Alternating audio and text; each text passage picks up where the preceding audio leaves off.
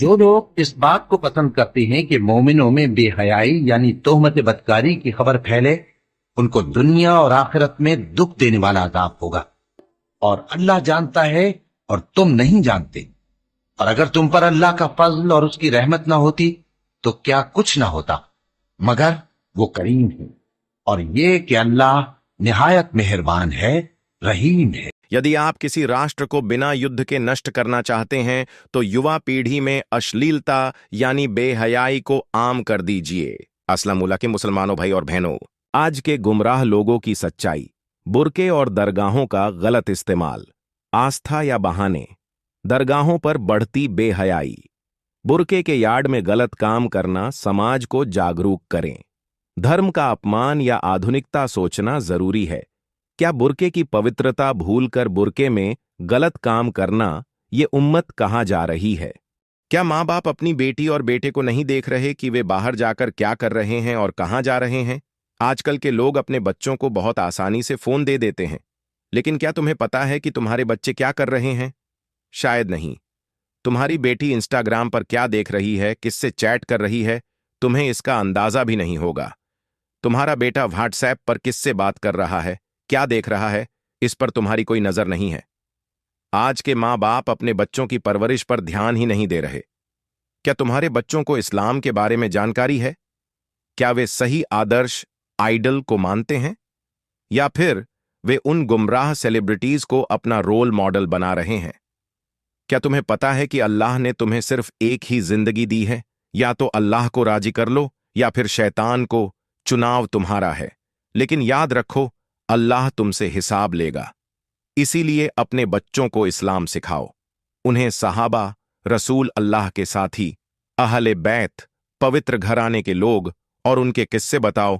मोहम्मद सल्लल्लाहु अलैहि वसल्लम, हजरत अली रजी अल्लाहु अन्हु, अब्बू जर गफ्फारी रजी अल्लाहु अन्हु, आयशा रजी अल्लाहु अन्हा और हजरत फातिमा रजी अल्लाहु अन्हा के बारे में अपने बेटों और बेटियों को बताओ, ताकि वे सही राह पर चल सकें।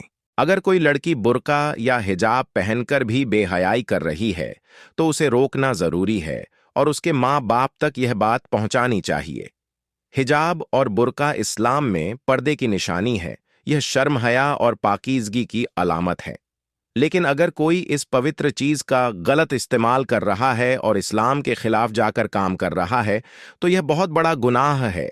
अगर दरगाह या किसी और जगह पर इस तरह की गलत हरकतें हो रही हैं तो उसे रोकने की कोशिश करनी चाहिए, लेकिन सही तरीके से और हिकमत, समझदारी के साथ। इस्लाम किसी पर जबरदस्ती नहीं करता, लेकिन बुराई को देखकर उसे रोकना भी एक बड़ी नेकी है। अगर हम सच में अल्लाह के बंदे हैं तो हमें न सिर्फ खुद सही रास्ते पर चलना चाहिए, बल्कि दूसरों को भी नेक राह दिखाने की कोशिश करनी चाहिए। यह हमारा फर्ज भी है और हमारी जिम्मेदारी भी। अल्लाह हमें और सभी मुसलमानों को सही समझ दें और हमें दीन पर चलने की तौफीक अता करे। आमीन इंशा अल्लाह। आज के दौर के लोगों ने बुरके का मजाक बना दिया है। अब तो बुरके को भी एक और पर्दे की जरूरत हो गई है। एक लड़की सिर्फ बुरका पहन लेना ही काफी नहीं, बल्कि पर्दे का हुक्म है जिसे इंसान को समझना चाहिए कि वह क्या कर रहा है। लोग जिना, व्यभिचार कर रहे हैं, जबकि अल्लाह ने कहा है कि जिना के पास भी मत जाओ। आजकल लोग बुर्का पहनकर भी गलत काम कर रहे हैं और यह आम हो गया है। क्या हमें सबको इसके खिलाफ आवाज उठानी नहीं चाहिए? इस्लाम में पर्दे का हुक्म सबसे पहले मर्दों को दिया गया है। कुरान में सूरह अन-नूर 24-30 में अल्लाह ताला फरमाते हैं, मुसलमान मर्दों से कह दो कि वे अपनी निगाहें नीची रखें और अपनी शर्मगाहों की हिफाजत करें, यही उनके लिए ज्यादा पाकीज़ा है।